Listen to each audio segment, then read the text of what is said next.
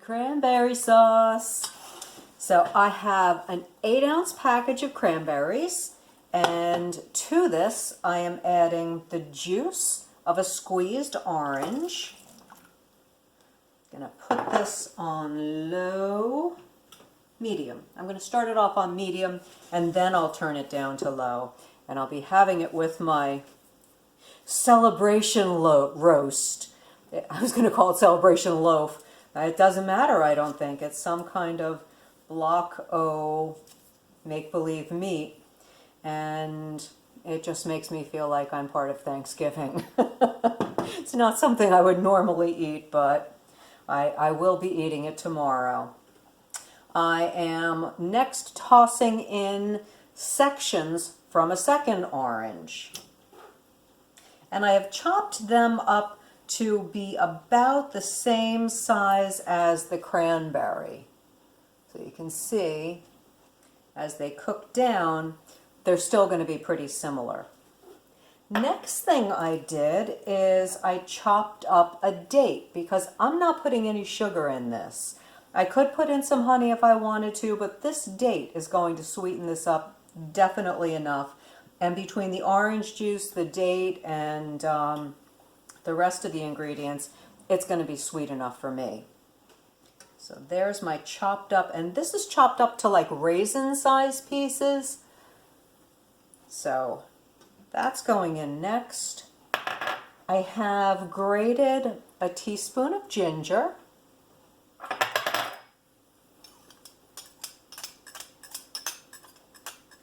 And I'm going to toss a cinnamon stick in with this to cook. And then I have grated the rind off one of the oranges. And if you're doing this, you want to make sure it's an organic orange. For the orange sections and the orange juice, I wouldn't worry about it as much. But for the rind, it's always got to be organic. And for this, I'm not feeling like I really need that much. I'm thinking about half a teaspoon. So the rest of it's going to get frozen, and it can stay in the freezer for a good long time. So heaping half a teaspoon. And then my secret ingredient, cardamom. Smell it, it's good. And this goes a little bit, goes a long way. So this I'm going to use 1/8 of a teaspoon to start. And if I want to add more, I can. But this is a really strong taste, but it's so exotic. I love it. And that's really going to make this unusual. Let's see, a little bit more orange pulp in here. Let me get all that out. And then give it a stir. And I'm not going to add any water to this. That was the idea behind the orange juice. That's my liquid. And it's going to thicken up and cook down. And look how beautiful it is already.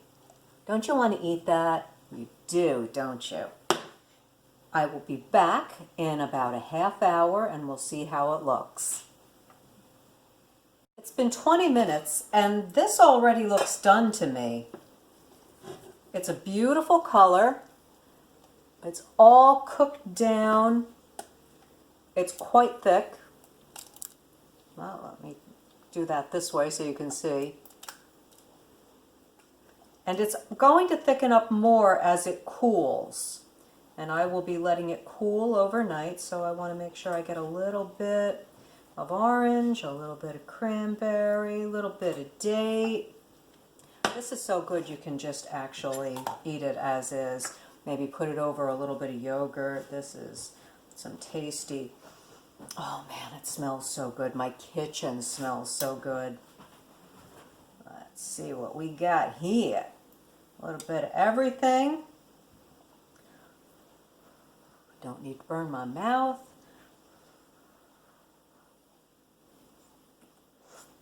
Hot, hot, hot.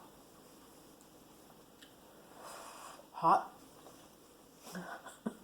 So let that cool. But it is delicious. Oh man, inside my mouth is burned. So if you want to make this and you want to taste it, let it cool a little bit first. But it is delicious. Recipe will be on my website at The Healthy Food Scientist. And give it a try. You could eat this any time of the year. This is not at all unhealthy. It's full of vitamin C. And after Thanksgiving, cranberries are going to go on sale. So buy them up, freeze them, and make this anytime. Cranberries are good for you, and so are oranges. So give it a try and enjoy. Sitting in my dining room with some of the leftover cranberry sauce. And after having burned my mouth, I said, let's go in the opposite direction. So all week long, I've been adding it to smoothies. It's not as bright as it would be if I didn't put so much spinach in my smoothies, but that's how I like it. And the rest I froze into little ice cubes. What, might you ask, can you do with frozen cranberry ice cubes? Well, I've got the answer for that. You put it in a glass and you cover it with ice so your friends don't know what's in there. And then you top it with maybe some rum, maybe some vodka, or maybe my favorite, gin with elderflower. Oh, really good. Or you can even use a Pinot Grigio. If you want a virgin version, just a little bit of seltzer. So you add, I'm doing just seltzer now because it's early in the day. I'm just having my smoothie and I really don't want to be loopy all day long. But wait till you see how pretty it is.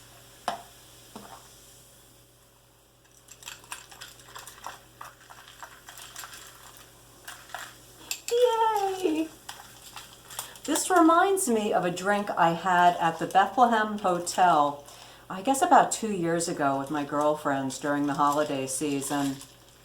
It was glorious. We sat there at the bar, having our drinks, laughing, not a care in the world. And I really miss them and I miss those times. But just to remind myself that good times will come again, you can do this too.